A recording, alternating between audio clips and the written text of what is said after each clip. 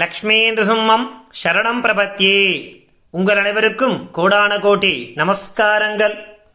இன்றைய பதிவில் சுவாமி நிகமாந்த மகாதேசிகன் அருளிச் செய்த ஸ்ரீ ரங்கநாத பாதுகா சகஸ்ரம் என்று சொல்லக்கூடிய ஸ்ரீ பாதுகா சகஸ்ரம் என்ற கிரந்தத்தை பற்றியும், அதை சுவாமி தேசிகன் எதற்காக அருளிச் செய்தார்,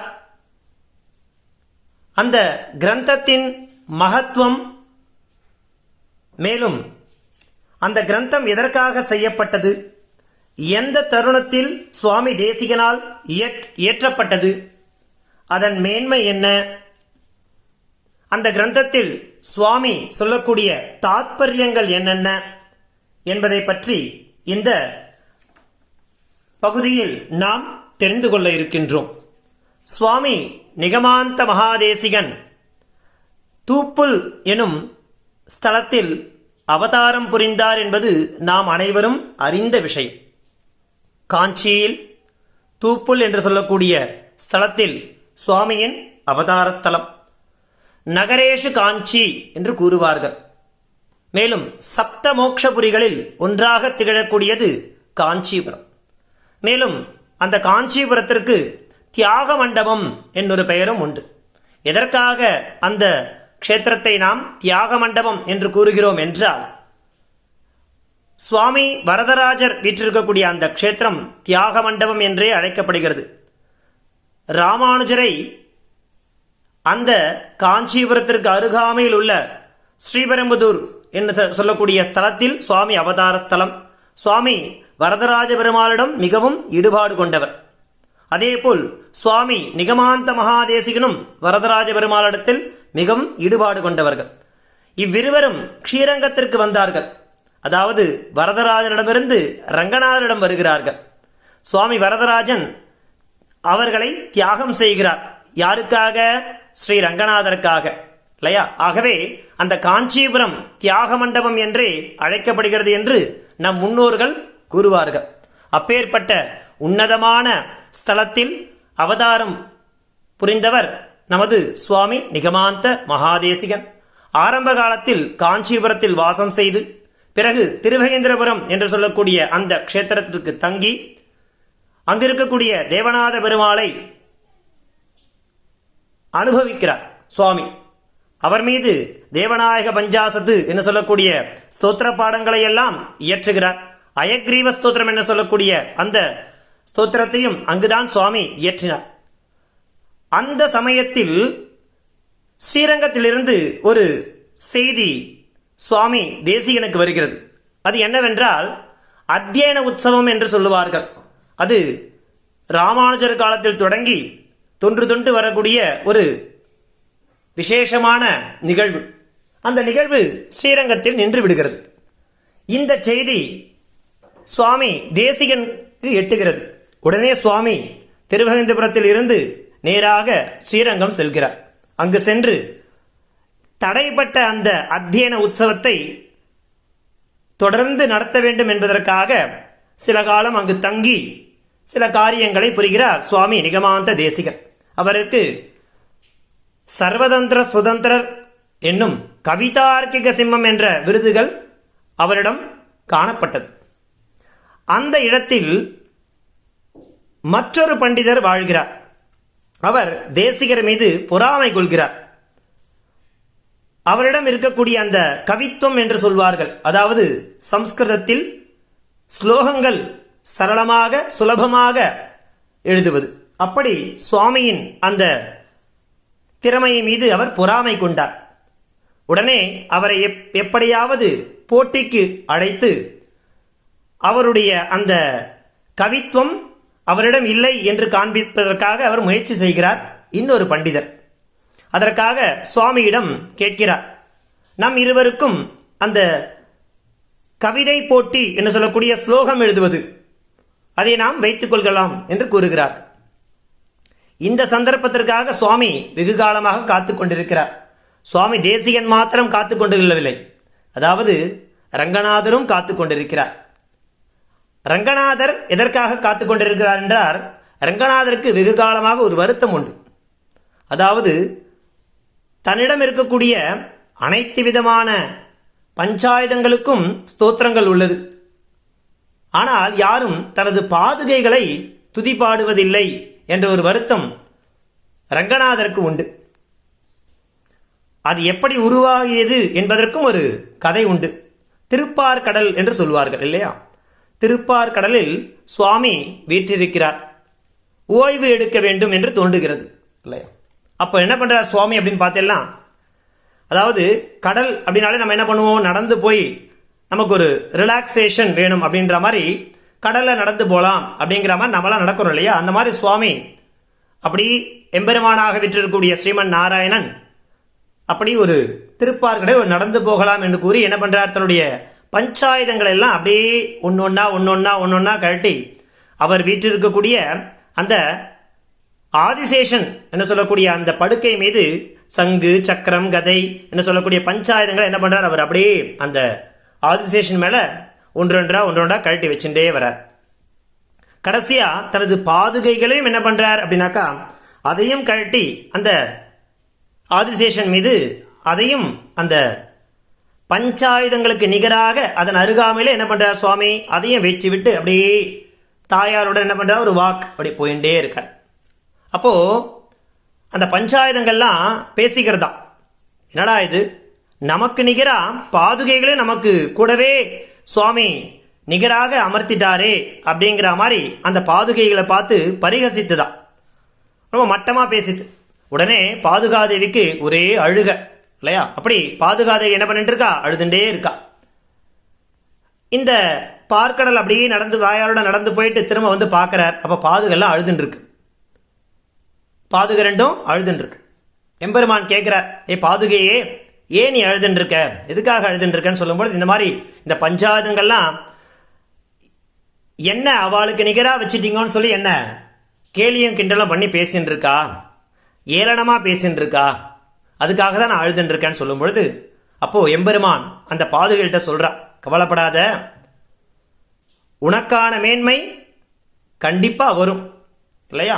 யாரெல்லாம் உன்னை ஏளனம் பண்றாலோ அவளே உன்னை போற்றக்கூடிய அளவுக்கு ஒரு காலம் வரும், நீ கவலைப்படாதன்னு சொல்லி அந்த பாதுகைகளை சுவாமி அழகா ஆறுதல் படுத்துறார். இப்படியா காலம் போயின்னு இருக்கு. அப்போ என்ன ஆகுதுனாக்கா, பூலோகத்துல ராட்சசர்கள் அரக்கர்களுடைய அந்த அதர்ம யாரெல்லாம் நிறைய பண்ணிட்டு இருக்காளோ அவளுடைய தொல்லை தாங்க முடியாம தேவர்கள்லாம் வந்து சுவாமி கிட்ட பிரார்த்திக்கிறா, நீங்க பூலோகத்துல வந்து அவதாரம் பண்ணணும், ராம அவதாரம் கிருஷ்ண அவதாரம் முதலான அவதாரங்கள் பண்ணணும்னு சொல்றா. அப்போ எம்பெருமான் நாராயணன் என்ன சொல்றாருன்னா, என்னால மாத்திரமே அதெல்லாம் சரி பண்ணிட முடியாது, 33 கோடி தேவர்களும் நீங்களும் போய் பூலோகத்துல அவதாரம் பண்ணுங்கோ, பஞ்சாயுதங்களையும் என்ன பண்ண சொல்றார், அவதாரம் பண்ண சொல்றார். அப்படி அவதாரம் பண்ண சொல்லிட்டு சுவாமி ஸ்ரீமன் ராமனாக அந்த பூலோகத்தில் அவதாரம் பண்றார். அப்படி அந்த பஞ்சாயுதங்கள்லாம் என்னவா வருது அப்படின்னாக்கா, அதாவது பரதன் லக்ஷ்மணன் சத்ருக்னன் சொல்லக்கூடிய ஒவ்வொருத்தரா அவதாரம் பண்ணிட்டு இருக்கா. இப்படி அவதாரம் பண்ணினவா எல்லாருமே என்ன பண்றா பாருங்கோ, ராமன் அந்த அயோத்தியை விட்டு 14 ஆண்டுகள் வனவாசம் போகணும் இல்லையா, அப்படிங்கிறது ஒரு நிலை ஏற்படுறது.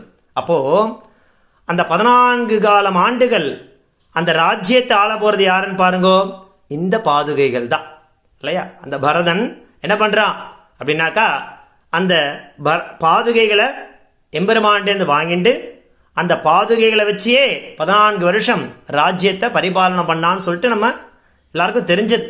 அதாவது எந்த பாதுகைகளை அவெல்லாம் அந்த மாதிரி பரிகசித்தாலோ அந்த பாதுகையே அவெல்லாம் சேர்ந்து கொண்டாடுற மாதிரியான ஒரு நிலை அந்த பாதுகைகளுக்கு ஏற்பட்டதாம். இப்படியாவது ஒரு மேன்மை அந்த பாதுகைகளுக்கு சொல்லுவான் இல்லையா?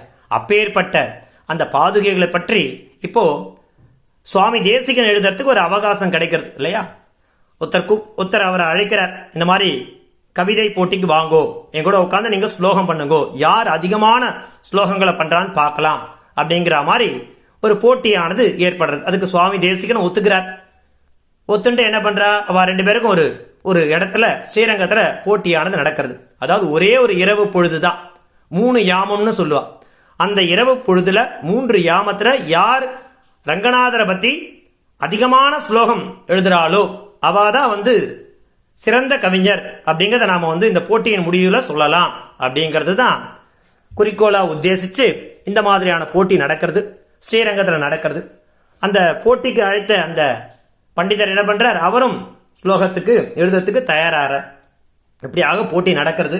அப்போ 3 யாம பொழுதுன்னு சொல்லுவோம் இல்லையா, அந்த 3வது யாமம், அதாவது கடைசி இரவு பகுதியோட கடைசி பகுதி இருக்கு இல்லையா, அந்த பகுதியில் சுவாமி தேசிகன் அந்த பாதுகைகளை பற்றி ஒரு 1008 ஸ்லோகம் எழுதுற. இப்போ அந்த அவகாசம் முடிஞ்சிடுறது. அவகாசம் முடிஞ்ச உடனே சுவாமி தேசிகன் இடத்துல அந்த போட்டிக்கு அழைத்த கவிஞர் கேட்கிறார், நீங்க எத்தனை ஸ்லோகம் படைச்சீர், எதை பத்தி படைச்சீர் அப்படின்னு சொல்லி கேட்கிறார். இல்ல நீங்க முதல்ல சொல்லுங்க, நீங்க எவ்வளவு ஸ்லோகம் பண்ணீர், எதை பத்தி ஸ்லோகம் பண்ணீர் சொல்லுங்க அப்படின்னு சொல்லி சொல்லும் பொழுது, அப்ப அந்த போட்டிக்கு அழைத்த அந்த பண்டிதர் சொல்றார், நான் எம்பெருமானுடைய திருவடிகளை பத்தி ஒரு 100 ஸ்லோகம் எழுதியிருக்கேன் அப்படிங்கிற சொல்லிட்டு முடிக்கிறார். அப்போ தேசிகர்கிட்ட கேட்கிறார் அவர், நீங்க எத்தனை ஸ்லோகம் எழுதியிருக்கீர் அப்படின்னாக்கா, நான் அந்த ரங்கநாதனுடைய பாதங்களை பத்தி நீங்க எழுதியிருக்கேன், அந்த பாதங்களுக்கு கீழே இருக்கக்கூடிய அந்த பாதுகைகளை பத்தி ஏதோ என்னால் முடிஞ்ச ஒரு 1008 ஸ்லோகம் நான் எழுதியிருக்கேன் அப்படின்னு சொல்லும் பொழுது, அந்த வினயத்தை வெளிப்படுத்தும் பொழுது அந்த போட்டிக்கு அழைத்த அந்த கவிஞர் தன்னடக்கத்தோடு பார்க்கிறார் இல்லையா. ஆஹா, நீங்க தான் உன்னதமான கவிஞர், நான் உங்களை போட்டிக்கு தெரியாம இல்லை இல்லை, நீங்க என்னை போட்டிக்கு அழைச்சது ரொம்ப சந்தோஷம்தான், எம்பெருமானுடைய திருவடிகளை பற்றி என்னால் ஒரு 1008 ஸ்லோகம் படைக்க முடிஞ்சு, அதுக்கு நீங்க தான் காரணம் சொல்லி அந்த இடத்துல முடிக்கிறார். அப்பேற்பட்ட பாதுகா விசேஷமாக இருக்கக்கூடிய எம்பெருமானுடைய ஸ்ரீரங்கத்தில் வீற்றிருக்கக்கூடிய ரங்கநாதனுடைய பாதுகைகளை பற்றி ஒரு 1008 ஸ்லோகம் சுவாமி அழகா நமக்காக எழுதி கொடுத்திருக்கார். அது இந்த உலக பக்தி இலக்கியம் சொல்லுவா, அதுல உன்னதமான ஒரு படைப்பு. மேலும் இந்த சரணாகதி தத்துவம்னு சொல்லுவா, அந்த எல்லையே போய் தொடருது. அப்பேற்பட்ட ஒரு உன்னதமான படைப்பு தான் இந்த பாதுகா சகஸ்ரம் சொல்லக்கூடிய இந்த கிரந்தம். இந்த கிரந்தம் மேலும் பார்த்தீங்கன்னா, ரங்கநாதர் தன்னுடைய ஆர்வத்தையும் தன்னுடைய ஆசையையும் சுவாமி தேசிகன் மூலமாக பாதுகா தேவிகளை பற்றி ஒரு ஏற்றக்கூடிய ஒரு வாய்ப்பை சுவாமி தேசிகனுக்கு ஏற்படுத்தி கொடுத்தார் அந்த ரங்கநாதர். அப்பேற்பட்ட உன்னதமான கிரந்தம் தான் இந்த ஒரு கிரந்தம் இல்லையா.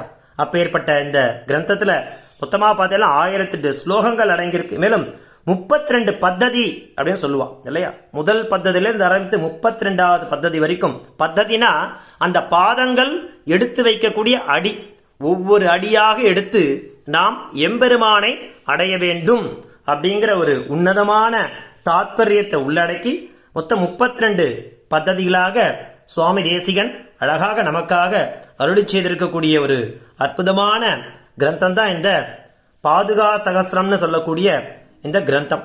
இந்த கிரந்தத்துல கடைசியில, அதாவது 1008வது ஸ்லோகத்துல சுவாமி முடிக்கும்போது அழகா சொல்லியிருப்பார், ஜெயதி எதிராஜ சுக்தி ஜெயதி முகுந்தஸ்ய பாதுகா யுகலி ததுபயதனாக திரிவேதிம் அவந்தியந்தா ஜெயந்தி புவிசந்தஹா அப்படின்னு முடிக்கிறார். முதல்ல பார்த்தீங்கன்னா, சந்த ஸ்ரீரங்க பிருத்வீச்ச சரணத்ராணசேகராக ஜெயந்தி புவனத்ரான பதபங்கஜ ரேணவகான்னு முதல் ஸ்லோகத்தில் ஆரம்பிக்கிறார். அதாவது தொடங்கும் பொழுது சந்தஹா அப்படிங்கிற ஒரு பதத்தை பிரயோகம் பண்றார். அதே மாதிரி 1008வது ஸ்லோகத்தில் முடிக்கும் பொழுது பார்த்தீங்கன்னா ஜெயந்தி புவி சந்தஹான்னு முடிக்கிறார். ஆரம்பமும் சந்தஹான்னு இருக்கு, முடியறதும் சந்தஹான்னு இருக்கு.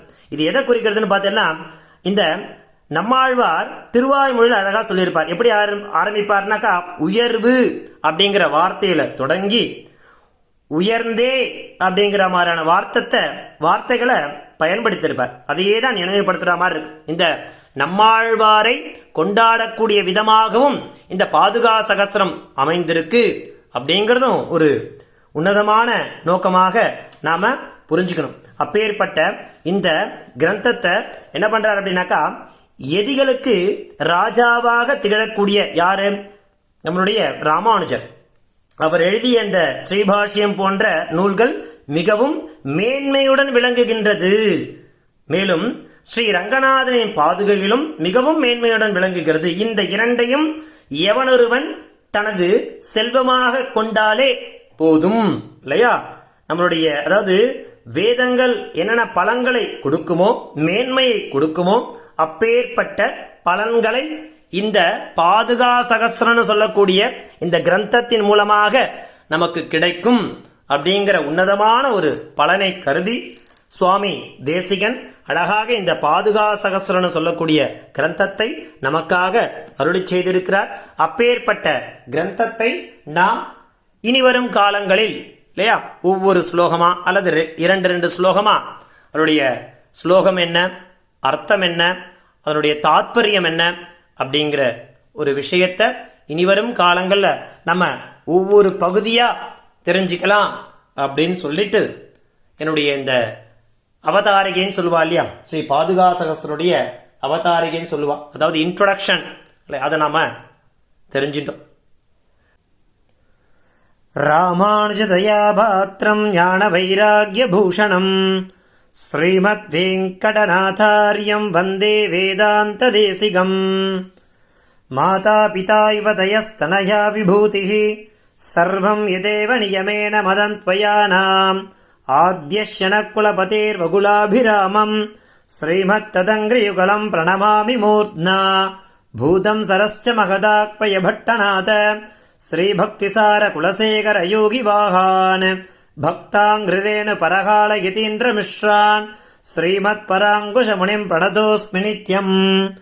கவிதார்க்கிக சிம்ஹாய கல்யாண குணசாலினே ஸ்ரீமதே வெங்கடேஷாய வேதாந்த குரவே நமஹ. மாலோல விலாசம் கற்போம் கற்பிப்போம். தன்யவாதாः.